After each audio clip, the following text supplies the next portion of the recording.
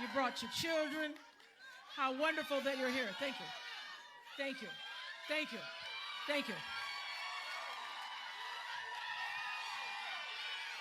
Thank you, sir. Thank you. Have a seat. I'm so glad you're here. I'm so glad I'm here too. So here's the deal. So, women for Stacey, and men too. And men too. So I was just sitting at home, having a really good life, and asking myself, what could I do that could be of value, could be of service? And I've been watching what's been going on down here. Y'all about to make some history down here. Y'all doing some pre-voting, getting out there canvassing and helping everybody. Don't pull me off the stage, thank you. And helping everybody. So here's the deal. I am an independent woman. I earned the right to be independent. I think for myself. I don't do what anybody tells me to do unless I want to do it. Nobody told me to be here. Nobody even asked me to be here.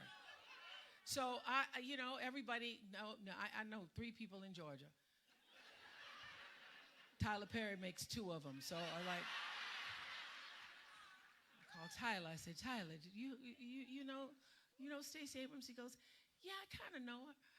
I go, well, do you know enough to have her phone number? Well, no, I don't have a phone number. Okay, bye. Will Packer, he knows Stacey Abrams. But do you have a phone number? I had to find somebody who knew somebody that knew somebody that had Stacey's phone number. So when I get Stacey's phone number, which was just 3 days ago, 3 days ago, I call her up on the cell. I say, hi, Stacey. This is Oprah Winfrey. She said, girl, let me pull over. Which is good. You're supposed to pull over, especially if you think it might be something exciting. So she pulled over, and I told her that I wanted to come here to give my support. Is that okay?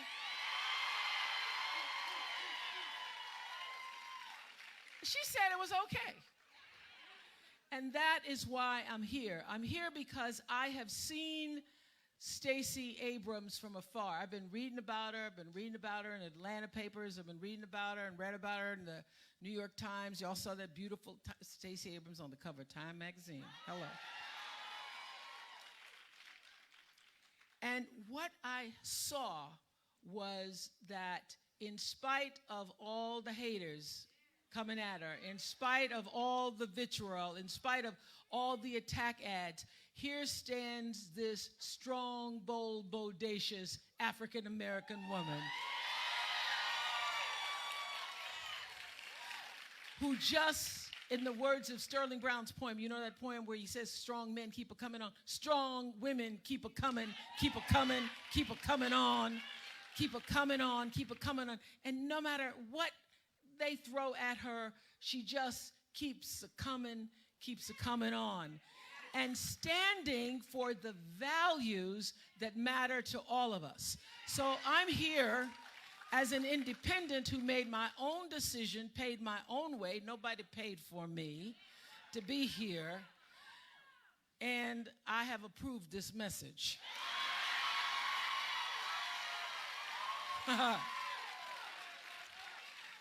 I have approved this message because I came to support Stacey Abrams, because the reason I'm a registered independent is because I believe everybody should actually vote your values. You should vote your values and vote your conscience regardless of what the party says. You know in your own spirit if you got one. and everybody has one. A lot of people don't pay attention to what it's saying. Your own spirit tells you what is right and what is wrong. And you know all these attack methods, all of this fear-based propaganda is set up just to confuse and confound you. And so you know when you see somebody who's been raised right, like Stacey Abrams, who has come to serve the underserved. So I'm here because Stacey Abrams cares about what matters to me and what matters to people in the state of Georgia that care about other people. I'm here because she plans to strengthen environmental protection so that our children can have clean, safe water. I'm here because she plans to create at least 45,000 high-wage jobs in alternative energy. I'm here because she's for keeping families together, and she supports a pathway to citizenship for undocumented human beings. I'm here because she recognizes that Georgia has a problem, and because the people of this state need expanded Medicaid.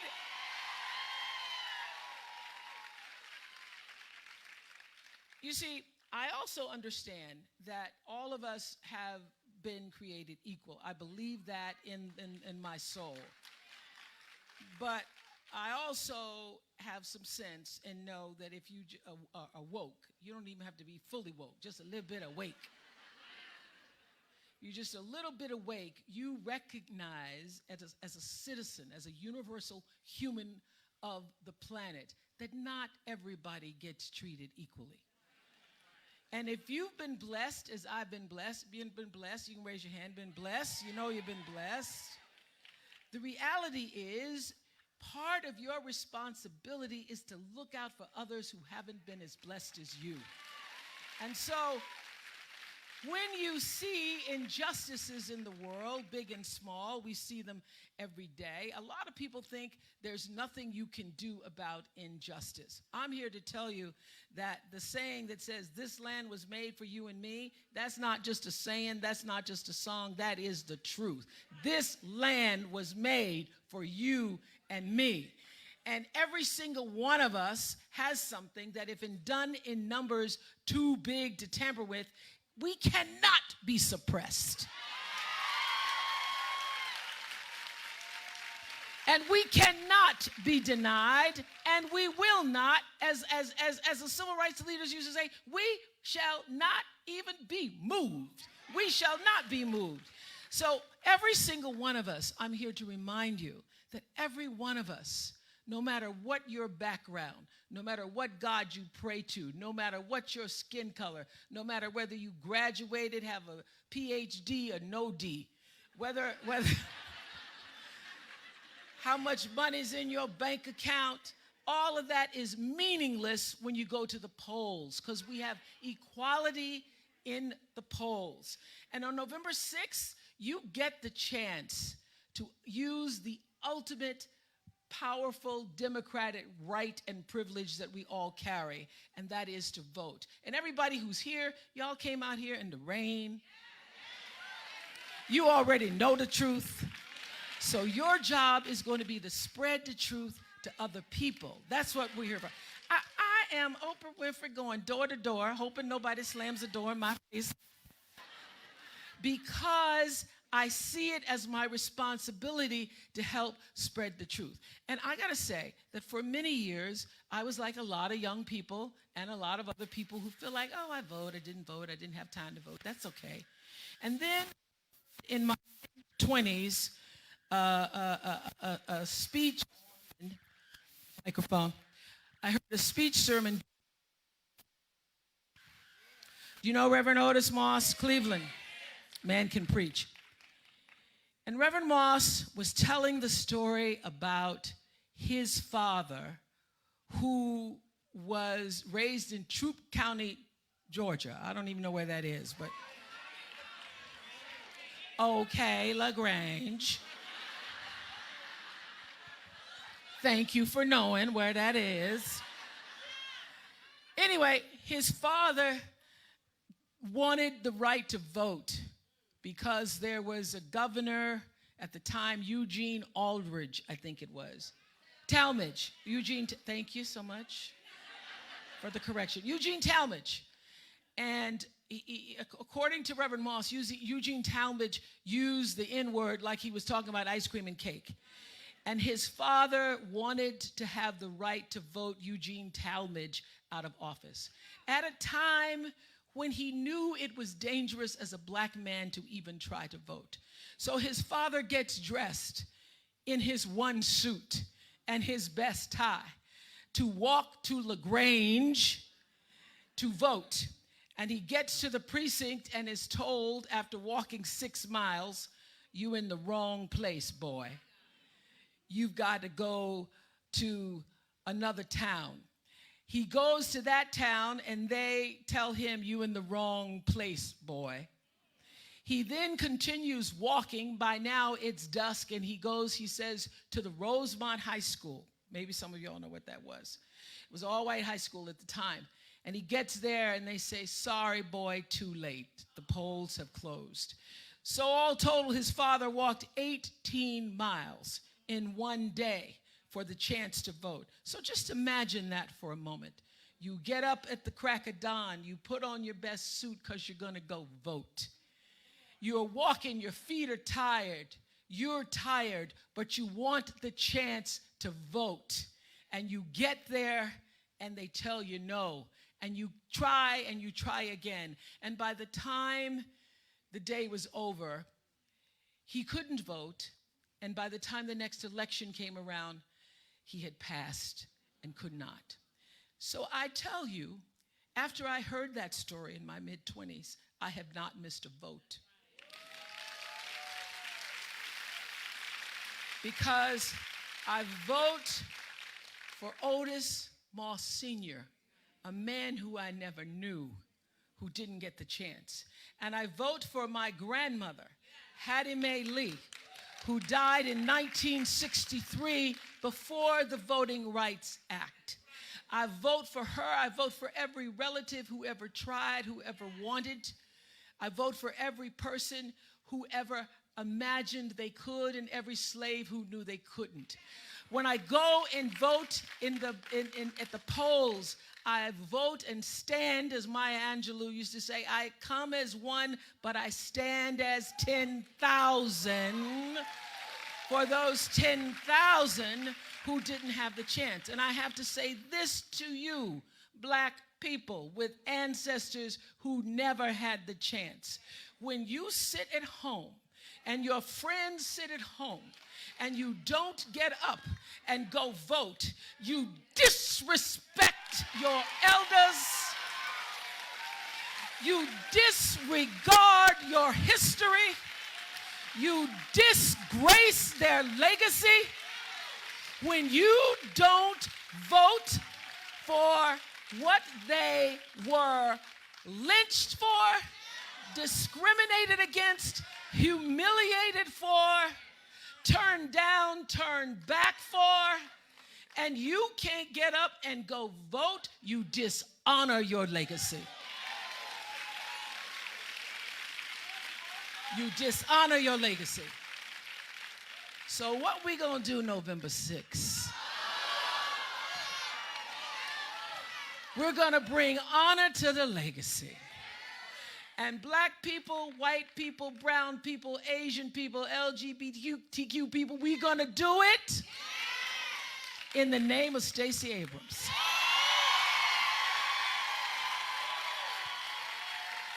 We're gonna do it because we're gonna make history. And all those ancestors and the women who just got the right. Listen, it's not been 100 years. White women, listen to me. There was a time where you couldn't even own a piece of property without your daddy saying you could. There was a time where we couldn't own ourselves. Our voices meant nothing. And so, united as sister women people, we can make changes. We know, we have discernment. We know this crazy talk in the world is just that. And we know that we have an antidote to the crazy. Oh, yeah. We got an antidote called Stacey Abrams.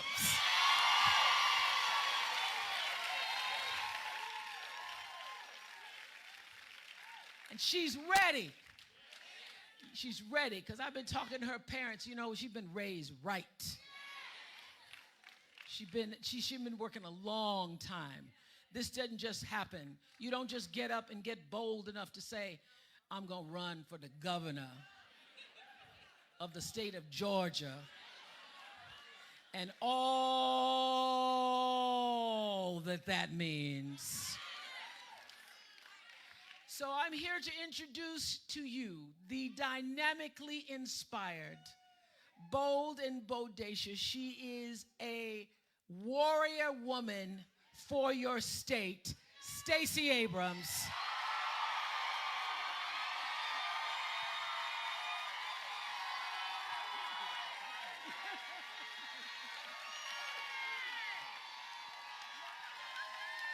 Stacey Abrams.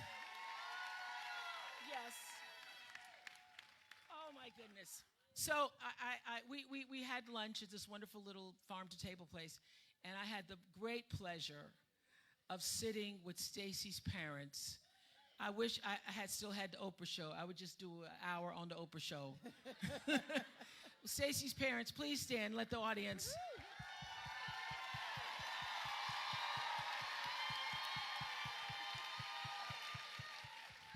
So earlier, I asked you the question about what had prepared you. Now I know what prepared you. Yes. You came from parents who got you ready, who have been working in their own way for justice, equal rights, civil rights, your whole life. Yeah. Absolutely. Robert and Carolyn Abrams are the most extraordinary people I've ever known. Yes. So when I asked your father over lunch, was he surprised at all? He said, I'm going to ask you again. Let's like this Oprah show. Oh. Here's your moment. Oh, God. I asked you, were you surprised about your daughter? Let's turn around so everybody can see you. Were you surprised that this is happening to your daughter? No. I am not surprised. Stacey was born to be president. That's all I got to say. She will be governor. There's no doubt in my mind. Stacey will be governor. Thank you very much.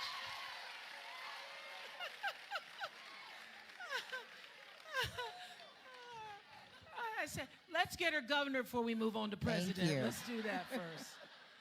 So I think that the reason I got off my couch and came down here is because I could feel something happening that I sense that you were built for such a time as this.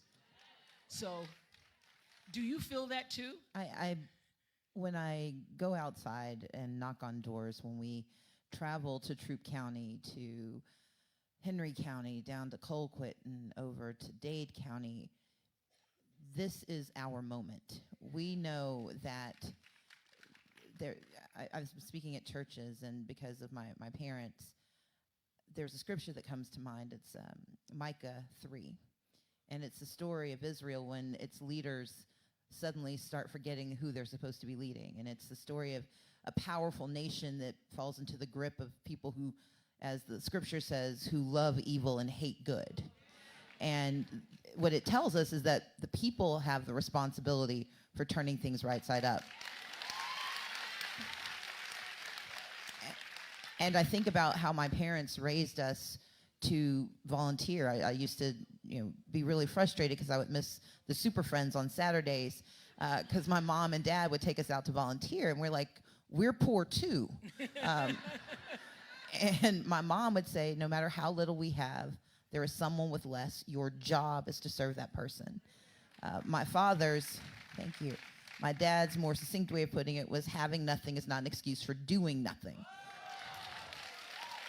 But But what they did was lead us by example. They raised us to see a problem and solve it. They raised us to see poverty and be offended by it. But they also raised us. My mom would take us in to vote with her. She would pick us up after school, and it would be like, make way for ducklings, because there's 6 of us. And we'd be like trailing out of the voting booth. But my parents wanted us to see them vote because they knew that the power that they could put forward as civic leaders doing good work was insufficient unless you had good leaders on the government side that would make it not necessary for them to do what they did. And that's why this moment is so important. Yes. Why do you think, though, that so many people have not understood this, not just this midterm, but all midterms to be significant? We were discussing this earlier, that I think a lot of people are confused about what the federal government does and what their actual state representatives, what the governors do. Yes. So we spend billions of dollars explaining the federal government. We know who the president is because we spend billions of dollars learning about the presidency. We know what Congress is supposed to do because Schoolhouse Rock taught us so. Yeah, I mean, and you know, if we're lucky, we have extraordinary exemplars like Congressman John Lewis, Congressman Hank Johnson. But we're rarely told what a governor does.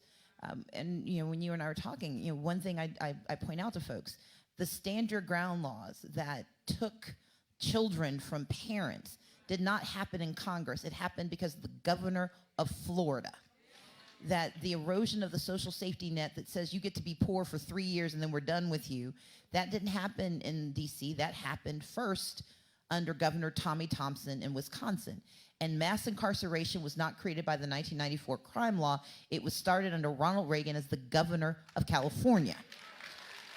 And so what we have to understand is that the local challenges we see are indeed local, that they were created often by our legislators, by our governors, and that our states are the incubators sometimes for evil, and therefore we can be the engineers of good if we have the right local leaders in place to think of those ideas and make them so.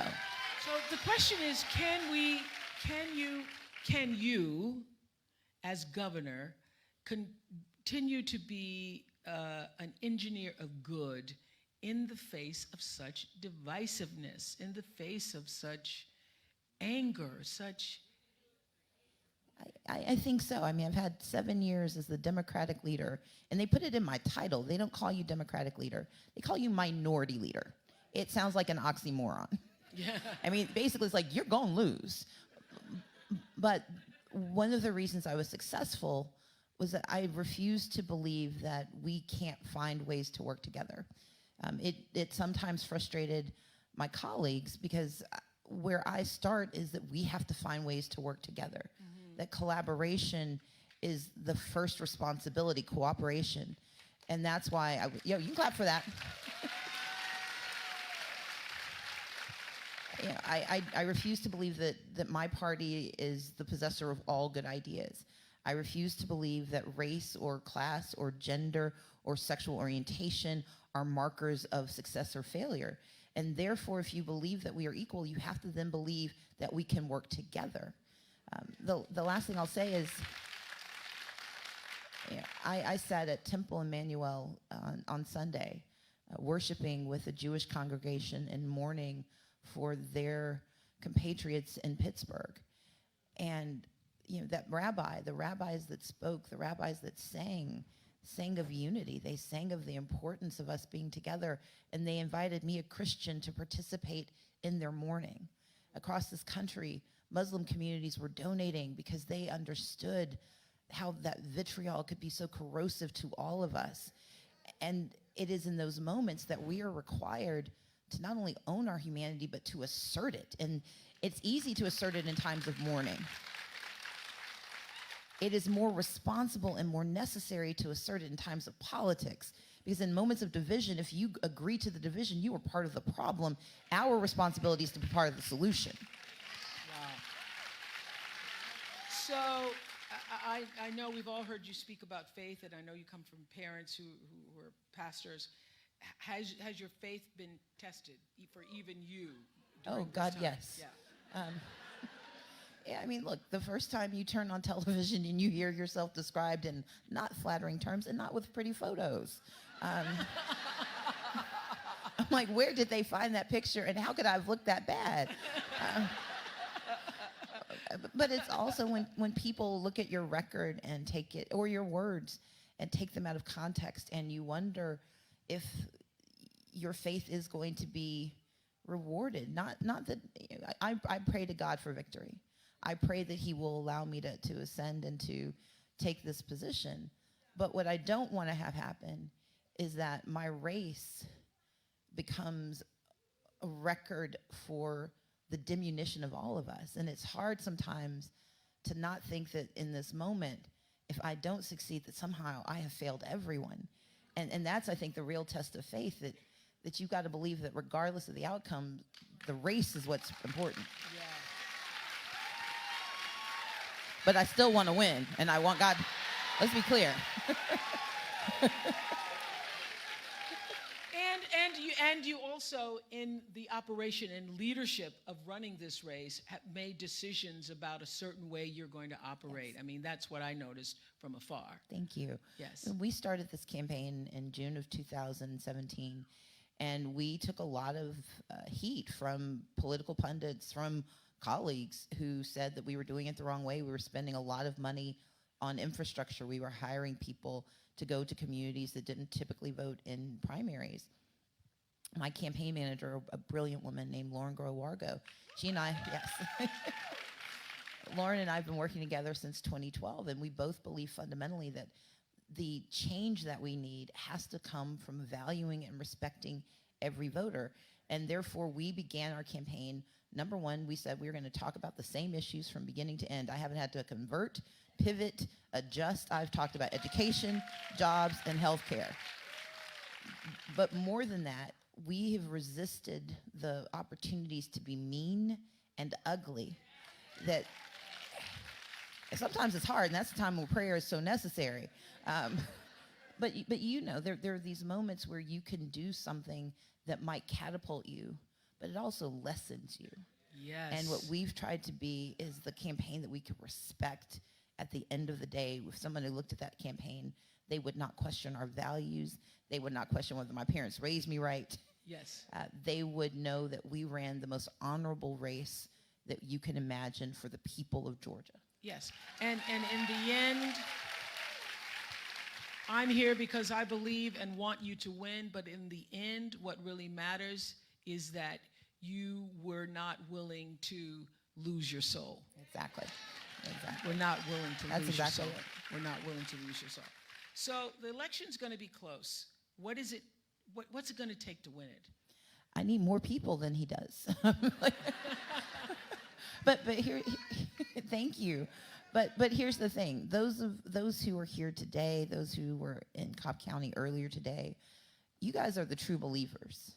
What we need are the ones who don't know that there's even a story to be believed. We need the ones who don't understand that it's your state representative that decides whether or not a city can be created out of whole cloth. It's your state representative and your governor who decides whether monies go into your school for wraparound services. They need you all to tell them. What is so important about this moment, and what is so deeply meaningful to me in having you here, is that we've got this audience of people who can go out and be ambassadors and acolytes, and you're really good at this. At getting people to understand their role in speaking truth. Because it's not the people who already know what to do, it's the people who don't know that they should know what to do.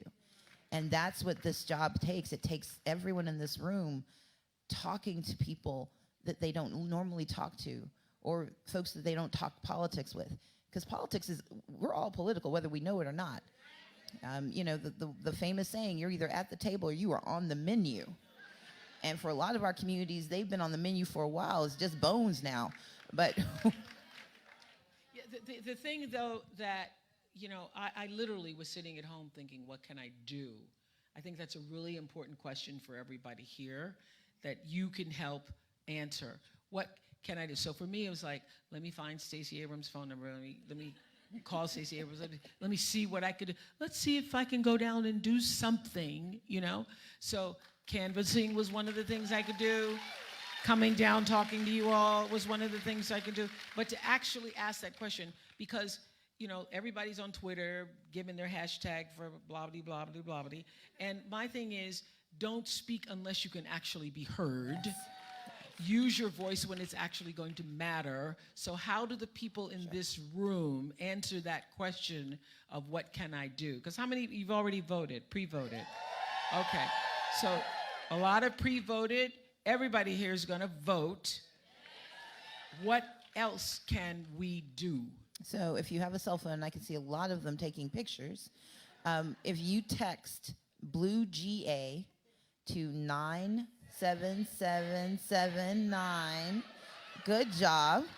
That will tell you how we need you to volunteer. In the next 5 days, we need to reach every single possible supporter. That means we're gonna need people knocking on doors, we're gonna need people making phone calls, and we're gonna need people sending text messages. Those are the 3 ways we turn out voters. And let me tell you just how extraordinary Oprah Winfrey is in case you have missed humanity in life. So when she called, and I didn't have the car crash, but I did have a small stroke. She asked me what she could do to help, and I dreamed so small. I was like, well, you send out a tweet. Like that was, like, dude, I wasn't even asking for Facebook. I just wanted to tweet. And her response was, no, I want to knock doors. And I'm like, of people? And then she said, and I want to do a town hall. And I'm like, but you're Oprah. But my point is this. It is that each of you, you're thinking I can do this small thing. What she has done today is not about me. She's here for you all. She's here because she believes that you hearing her voice. And so I need y'all to all be Oprah. I need you to go beyond the tweet and the Facebook. I need you to knock doors. I know it's raining. We know it's probably going to rain on Tuesday. That's why we've got to get people to vote tomorrow. But we also need people to know that if they vote on Tuesday, we will pick them up in our cars and get them to the polls. I need you to make phone calls because not everybody lives in Atlanta. I know it feels like it at 5 p.m. on 285, but no. And so we need folks calling into those communities that are often left out of our politics. That's why our campaign has been to 159 counties. But we need calls in all those communities. And then I need y'all to talk to people you don't like. I need you to talk to people you're mad at, even if you don't remember why. I need you to call people you broke up with. People you want to go out with. This is a great dating opportunity. Great dating opportunity.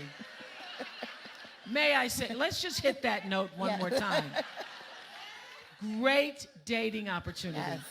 How would you propose if you were somebody you're interested in? What I would say, as a writer of romance novels. Yes, as a writer of romance novels.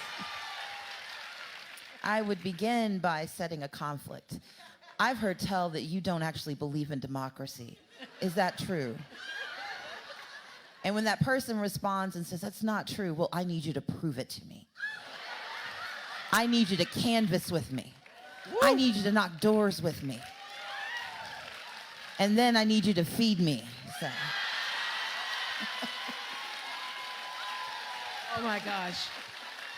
Oh my gosh, Stacey. I was just thinking as you were saying that, let's go canvassing and then let's go out for tequila shots. There you go. There you go. There you go.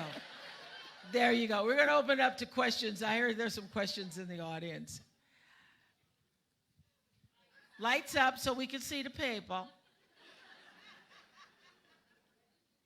Lights up. Okay, while you're all getting the lights up for the questions, I wanted to know about that romance novel writing. Is that just that's a pleasure of yours that you? It started out as one. My mom was a librarian when we were growing up. My dad used to tell us oh yeah, you can clap for librarians, they're awesome. And so my mom would have us read, and she let me read pretty much anything I could. If I could reach it, I could read it. And my dad would tell us these very just engaging stories. My dad was Game of Thrones before there was Game of Thrones. He would tell these complicated stories, but not G-rated Game of Thrones, let me be clear. So I always wanted to be a storyteller, and in law school, I wanted to publish my first novel, in part because this boy broke my heart in college, and yes, he was, boo, yeah. But And where that's is he now? See, this I is the don't know, and I don't care. Okay.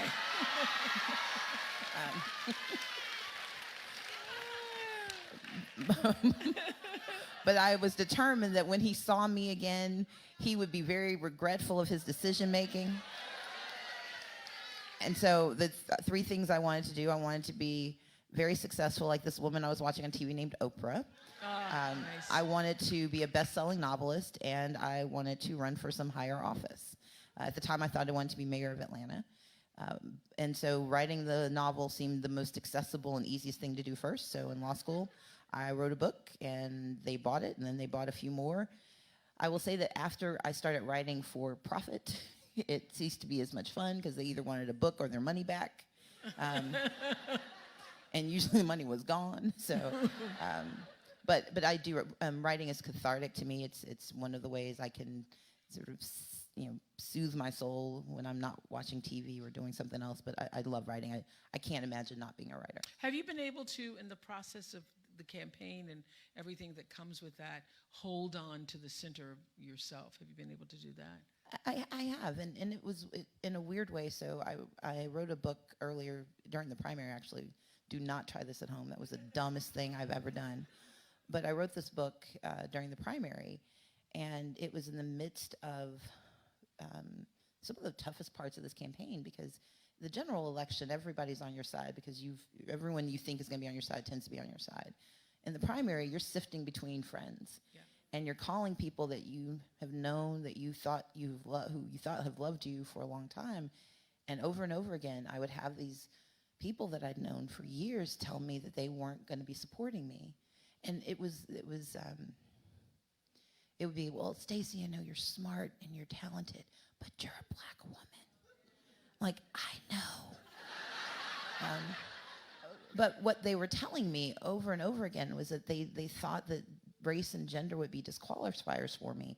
And these are people I thought would have faith in me. And so it was hard to hold the center, and it was hard to hold myself. But because I was in the process of writing this book, I was able to take that pain and really think about what lessons can I learn from it? What do you actually say on the phone when somebody says, I'm not going to vote for you because, you're a black woman? Do you say, okay? It depends. Or... I mean, look, for some, when it was, this is why I'm not supporting you, and they would actually say, I'm not supporting you. Oh, they would be very clear that so some were more ambiguous about it. They were like, well, let me think about it, which means, no, I'm not going to do it, but I'm not going to tell you. Yeah. But the ones who were clear, I would probe them.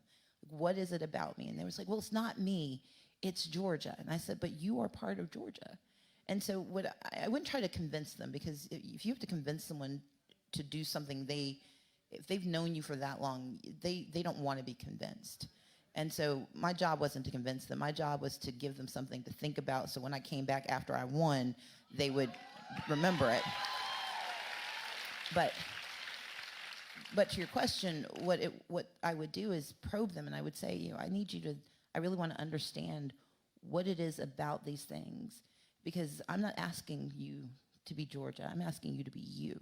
Mm-hmm. And even if Georgia's not going to support me, you're telling me you won't support me. Whoa. And that's corrosive. It can hurt for a long time, and it's hard to repair that kind of trust. And also to keep going. Yes, just to keep going. Part of running for office is you got to call a whole lot of people. That's a whole lot of no's. Yeah. And so in the beginning of a campaign, your first job is to call all the people you know.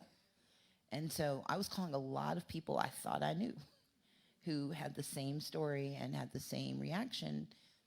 But it was the bright spots of calling folks like Hank Johnson, calling folks like John Lewis, who were willing to say yes. Representative John Lewis is he's just our hero. He's an American hero.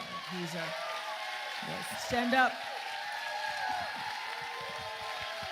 So great to see you here today. And so what this must mean to you, being our representative from the state of Georgia, and now seeing Stacey running for governor after all you've seen and known. What would you ever imagine an African-American woman? Oprah. Yes. My dear, this means everything to me. Everything. It makes me cry. Really? To see a talent, charming, smart, young black woman running for governor in the state of Georgia. Georgia. In Georgia.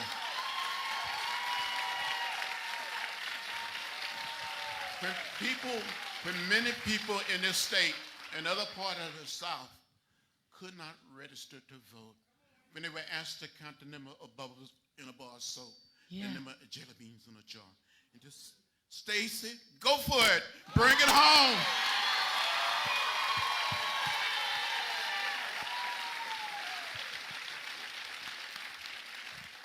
All right, any questions in the audience? Yes. At this moment, Stacey and dear Oprah, I am just overwhelmed. At my age, I'm 83 years old. And we said at one time that we didn't even think about a black man being president. But up came Obama. And now here you come. You gonna make it. Keep it coming on. Keep it coming on. Now, let me ask you my question, and I know this is you. You're going to take care of this. Stacey. I better. Education. I'm an old retired teacher. Yeah. Stacey, education is the most important issue for me as a teacher.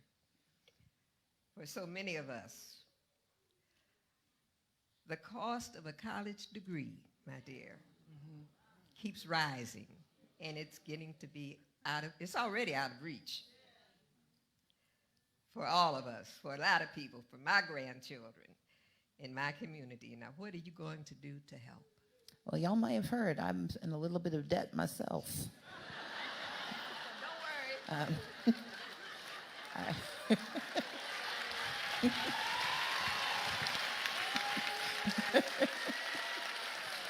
And so here's the question. What has being in debt yourself taught you for yourself and about other people's debt? Sure. So part of what has happened, I went to some really good, expensive schools. Okay, y'all don't stop because we will never leave this room. I went to Spelman College. Y'all are hard-headed.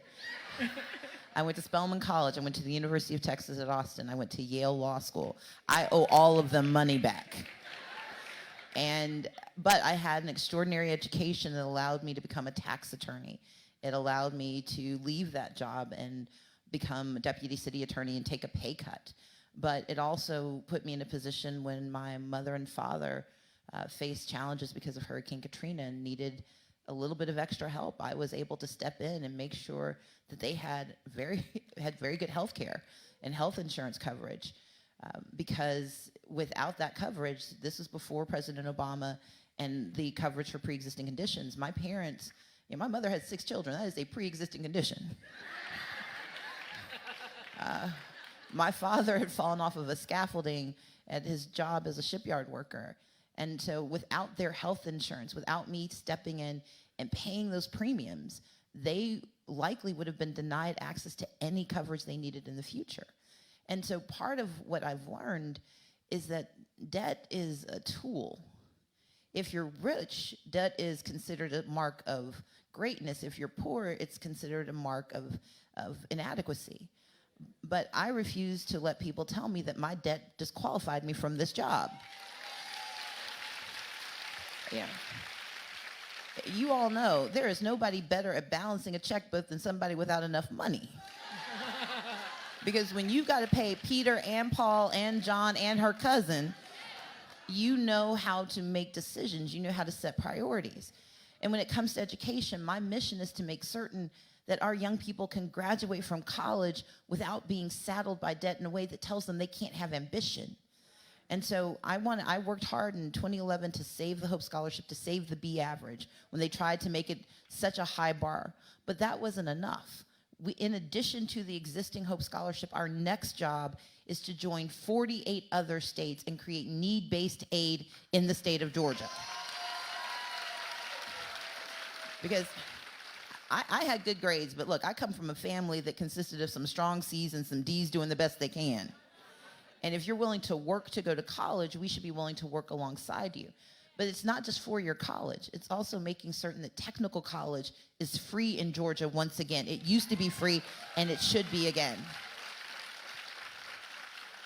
And then third, it's recognizing that not everyone who graduates from our high schools is going to our colleges. And that's why I want us to create 22,000 apprenticeships by 2022 so that we can have folks who are trained for the film industry, for those transportation jobs, for those skilled labor jobs.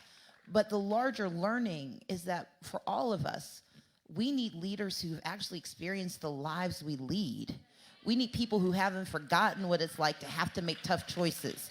And we want people who don't want you to have to decide between medicine and putting gas in the car, between food on the table and whether you can take a risk. I want any entrepreneur in here to be able to take that risk and start, a small media company that turns into a global dominion.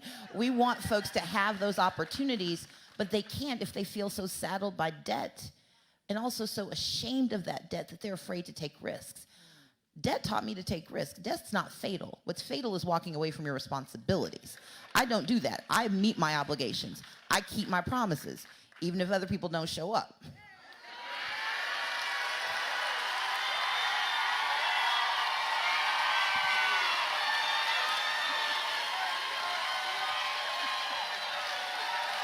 Snap, snap. Snap, snap. We got that. All right. Where's our other question? Who has the microphone? Hello? Hi. Hi. Ooh, that's a lot. Ooh. My name is Nichelle Thomas, and I want to say what an honor it is to be here today. Well, thank you for coming out in the rain. I'm also a Georgia public school educator, but I have a different question today. Now, it's been in the news that voter suppression. I'm concerned about voter suppression. Apparently, your opponent is trying to stop our voices from being heard. Stacey, will our votes count? Thank you. Okay, so here's how voter suppression works, because we've never experienced this in the South before.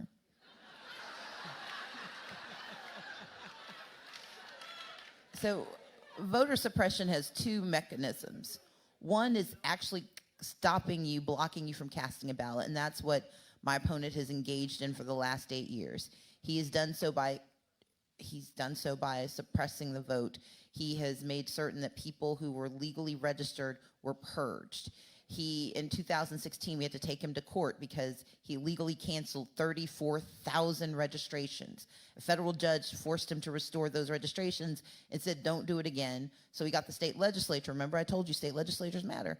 A federal judge said, don't do it again, but he got a state legislature and the governor to say he could do it, and that's why the 53,000 are in jeopardy. He hounded people in Quitman County, including a woman who helped her blind father cast a ballot. He put them in jail and had them go through so many trials. Never a single person was actually found guilty. He raided the offices of organizations that tried to register communities of color. And he's also just been bad at his job. He's released all of our information twice. He has been sued by military folks for not letting them cast their ballots because they were overseas. He had to be sued to extend registration deadlines. So that's what he's done. What we have done is register even more people. He tries to take credit. He tries to take credit for the increase in registration. That is despite him, not because of him. But that's where voter suppression works. But where we beat him is on the second part. It's not just how you block someone, it's how you scare people out of even trying. And what our opportunity is to confront voter suppression with voter engagement.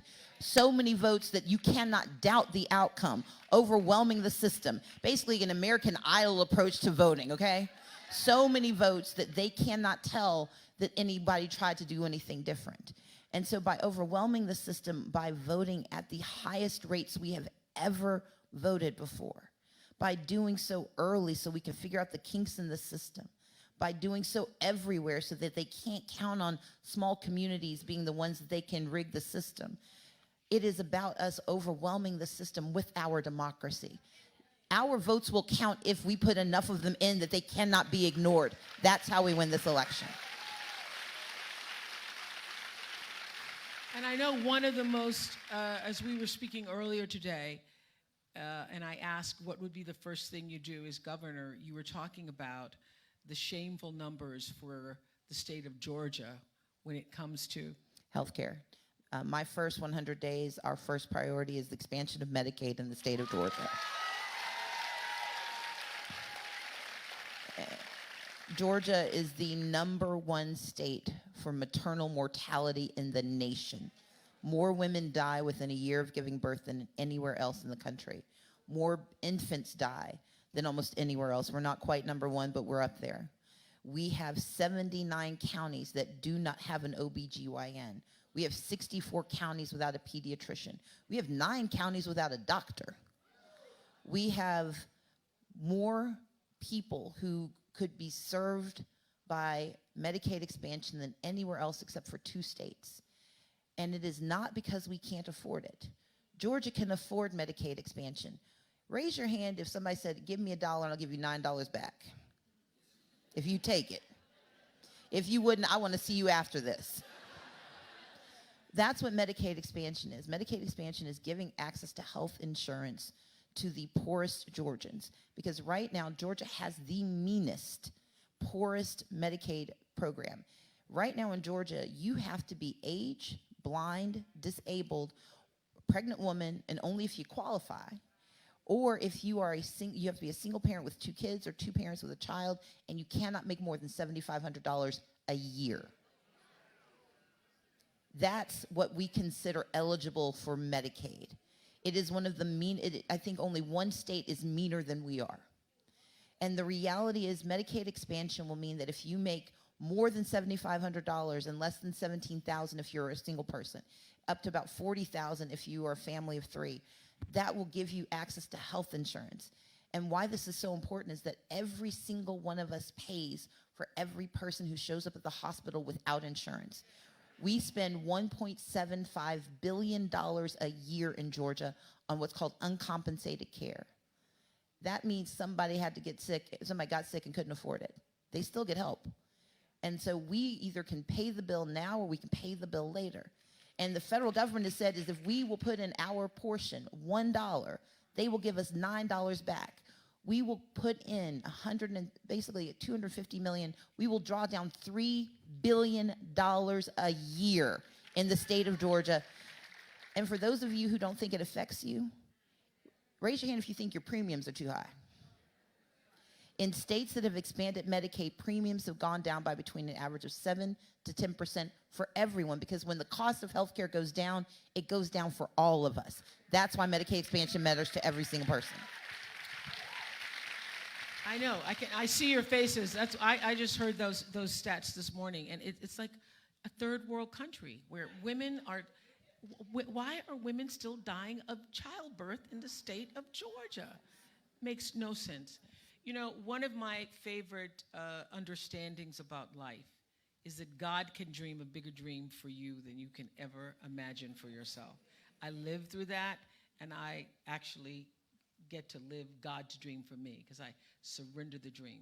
If you had to surrender the dream you have for Georgia to the higher power that we call God, what is the dream for Georgia that you wish to surrender? I truly believe that I believe poverty is immoral. I think it is economic. It is.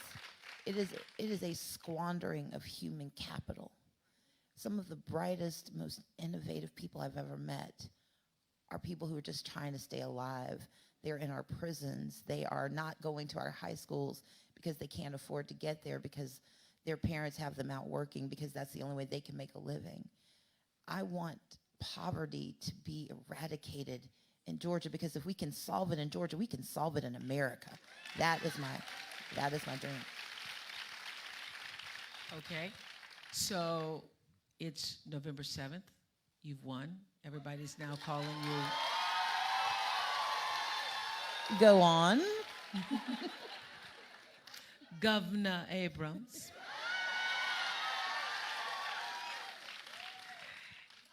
What are you doing on the evening of November 7th? I am taking a nap.